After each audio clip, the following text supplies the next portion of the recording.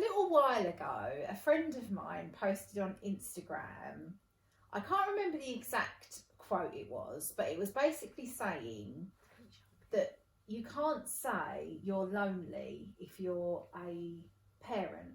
So you can't be lonely as a single parent. If you have kids, you can't be lonely, because this guy's single. He's been single for quite a long time. And he does tend to rant a bit sometimes, but yeah, he was basically saying that if you've got no right in saying you are lonely if you have kids. And I've got into a few things with him when the whole Me Too movement started, and was it the boxing people got rid of the ring girls, or something was happening to do with that, right. And he was going off about it, and I was like, the way you've got to look at it is, why don't men do it? Mm-hmm. Why I'd love that. But maybe Why the boxers are the candy. But in female boxing matches, do they have male? I don't know. No, but not for Nina. I don't think they did. They don't. It doesn't exist. Well, as far as I know, it doesn't exist. Travesty. If it was a gay boxing match, then obviously it probably would exist. But normally there's not.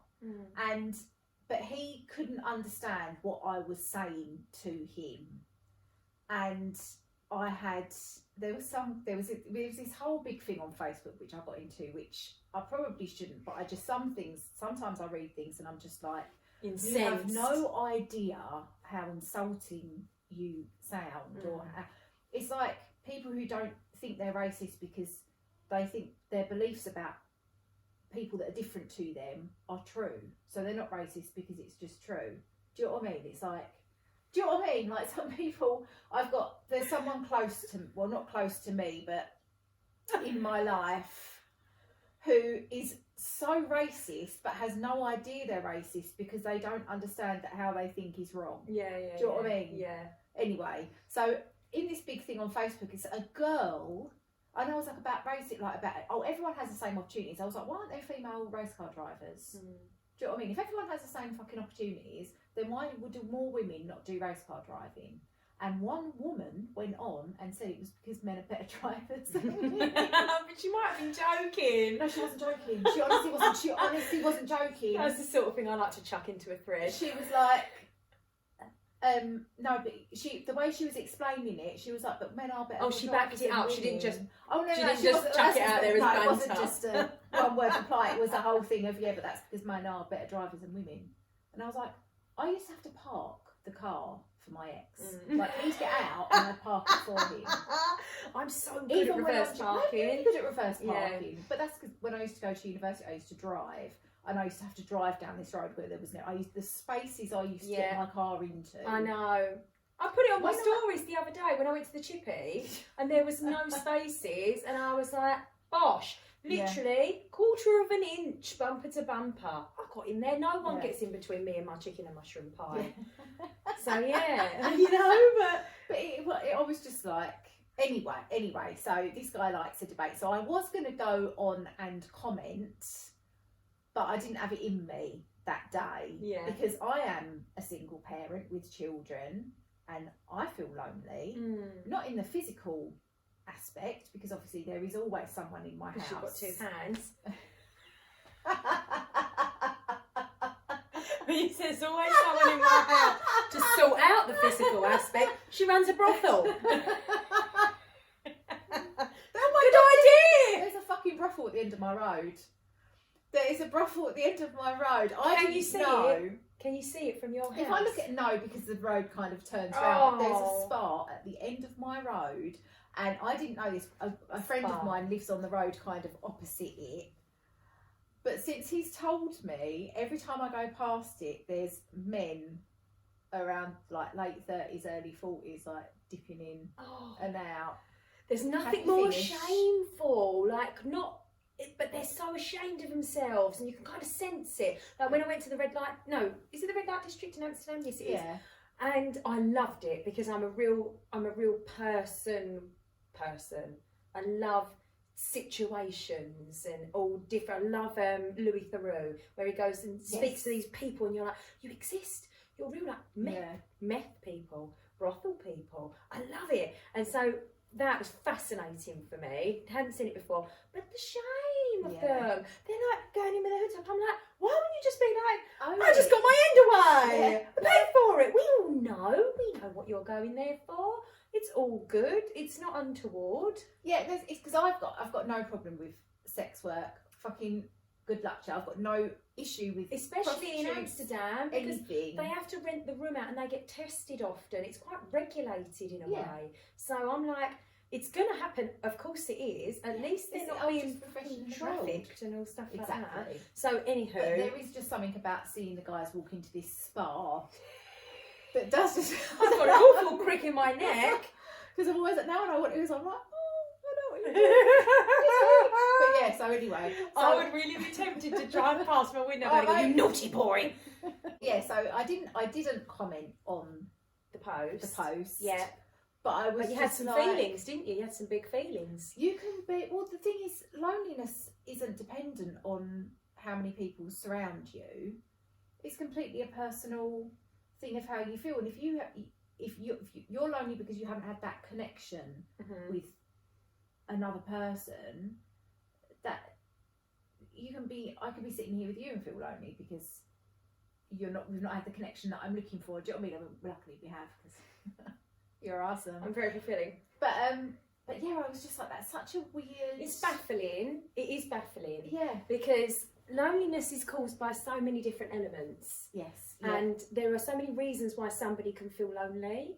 And you have to have taken all of that into account to make a comment like that. Yes, yes. So And he 100% hadn't taken any other feelings other than his own, thinking, well, why are you moaning? Because you've got kids, so you don't know how I feel, because I'm completely on my own. But it's fine for people to do that on their own profiles and say what they want to say. But it's good because it's given us a subject for debate. Yes. So thank you. But if you understand why you're lonely, then you can do some things to change it. And there is never just one reason why. Yeah. Like, there are so many elements, and a lot of it, like you said, is to do with the disconnection. And I'm reading a book at the moment, and it's thank you. It's taken me a long time. There aren't many pictures. It's by a man called Johann Hari, and it's called The Lost Connection. So it's interesting that we've come to this. This wasn't preempted. I'd actually forgotten I was reading the fucking thing. So and it's so it's about the cause of depression. Oh. It's a very fun book, but I am interested in this, and it's what he has come to the conclusion of after doing loads and loads of different studies, and he goes and speaks to the people who have created the research into X, Y, and Z and looks into it all. It's really, really interesting, and it isn't to do with a chemical issue with the brain, depression, which then they give them antidepressants for, which then fixes it, because in something like 90% of cases, people have to come back for a higher dose because it does in the beginning, but then that wears off because the underlying issue is still there, which is a loss of connection to, in some way. So, and there was all these, I've just unzipped myself, you may have noticed, because we just ate and things are happening. So it can be a loss of connection to the natural world. So for example, during lockdown, we were stuck indoors. Yeah. How depressing was that? Next, loss of connection to having meaningful work. So if you go out and every single day for work, you mix paint, and that's what you do, and it means fuck all, and that's what you have to do every day, there's a lack of connection to you, from you as a person, to a sense of meaning and purpose. If you lose that connection, you can get depressed. But a massive symptom of depression is loneliness, because when you disconnect from anything, it makes you feel lonely and alone. Loneliness, being alone, feeling like you're different to other people, that you can't connect. So if everyone around you shrinks down into these tiny little lives where there's no meaning, there's no purpose, there's no significance. You're not going outside, you're not like able to share and be vulnerable with people because you're worried that they're not going to connect to you. So you're getting smaller and smaller and smaller. You end up feeling totally alone, even if you've got people around you. Yeah. Because there's parts of you that you're not sharing, there's parts of you that you're keeping hidden, parts of you that you're protecting, and parts of you that have just gone dead. You know, you have to sort of adjust your mental state in order to cope with a job where you just mix paint every day. When you get home and your wife says to you, "How was your day?" you're going to go, "Fine." Because you're numb, because you're feeling depressed. And then because you can't share your experience from a true place with your wife, who you're supposed to love, makes you feel lonely. Yeah. In AA, it's like they all share experiences. That's part of it, because then it's like, oh, me too. Yeah. That's the same as me. Oh, and you're like that now, and you were like that, and that's how I am. You connect, and that the only time you don't feel lonely is when you feel the same as people, that you feel like you're on a level that you can share your heart, that you can be vulnerable and someone be vulnerable with you, and you have that connection, and we cling to those like in a real way, not in a "I'm fine, yeah, I'm okay." That doesn't do it for us. Yeah. So when you have kids, of course you feel lonely. You can't burden them with your shit. Yeah. You can't come in and cry because you've done nothing of any good all day, that you're sick to death of making packed lunches every day. I do tell mine that I hate making them. Yeah.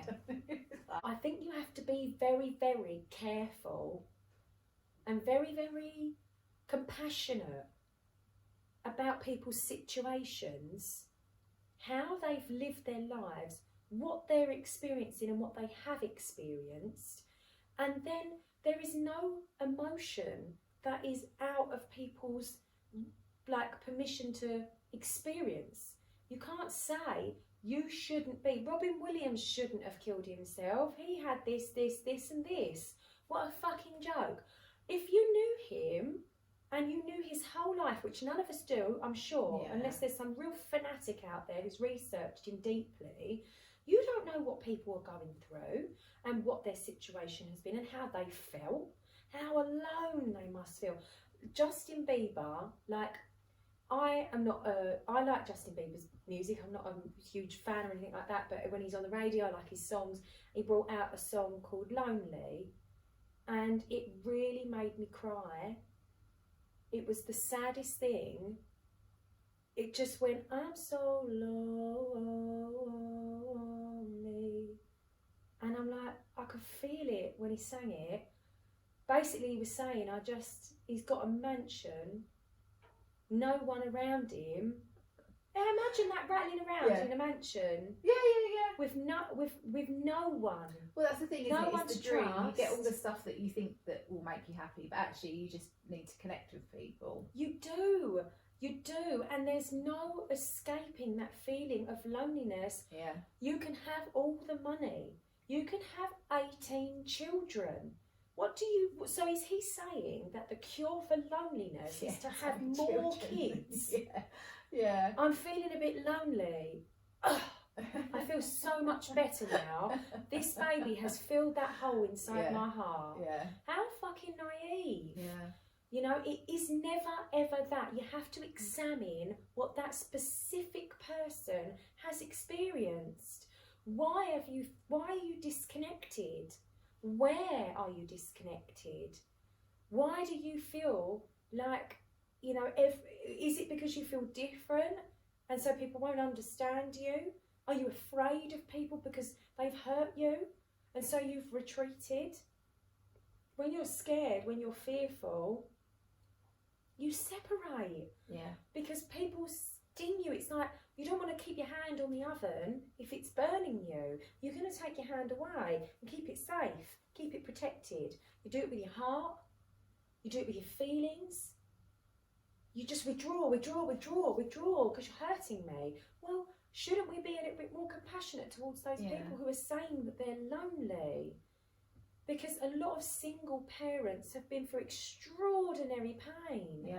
Because it's just about normal to be a single parent now. Just about normal. But this was not the norm for so long.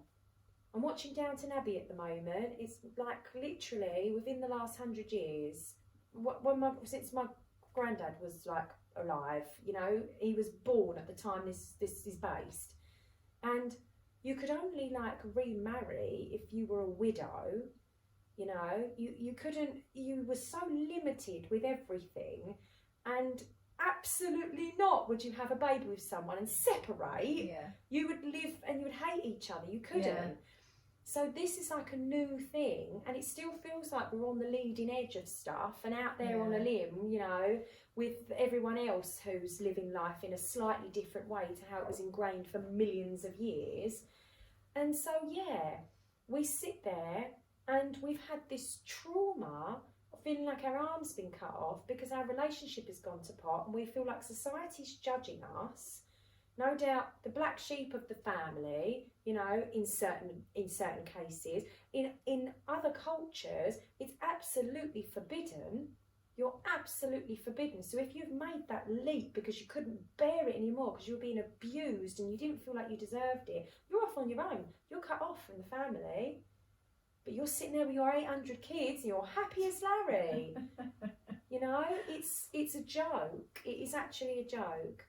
Because there's nothing, I have never felt more alone than when I sat in the middle of the night on my own in my flat on the beanbag, bottle feeding my baby. Yeah. It makes me want to weep. I've never ever felt more alone. And I had all the support that I have now. Yeah. All the same friends, exactly the same family, all my colleagues. All these people that were so good to me. Yeah. And I felt so alone because I honestly thought no one understands what I'm going through because most of my friends are happily married or they're in relationships. Mine was when Lola had all... Yeah. She's going to do some...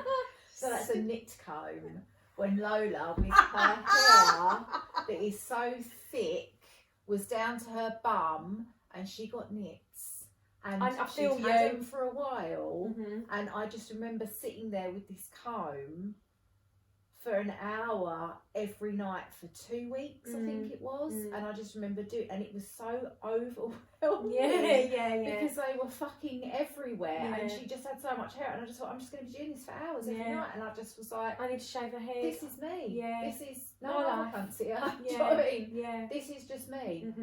So yeah, I know. And it is that overwhelming, and it's not loneliness. It's that overwhelming sense of I can't do this on my own. It's a lack of belief in your ability. I haven't seen anyone do this on their own. My mum and dad didn't. They did it together. Badly. They used to argue and my dad would go, but there was two people, parents, you know, and you had parents, and it's like, I've got to do this by myself. This is crushing because the weight of the responsibility. I cannot have my daughter scratching her head full of knits. I cannot, but no one is here to help me. I had exactly the same thing not that long ago, and you seen Paige's hair, and I went through it with the phone in my mouth with the torch on, dribbling everywhere.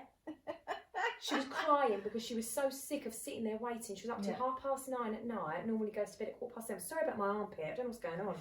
Got knits in it. And yeah, it's like that crushing weight of the responsibility. Yeah. And it's when they go to bed and you sit there and you have to consider what your life has become. And you've got no one to bounce it off of.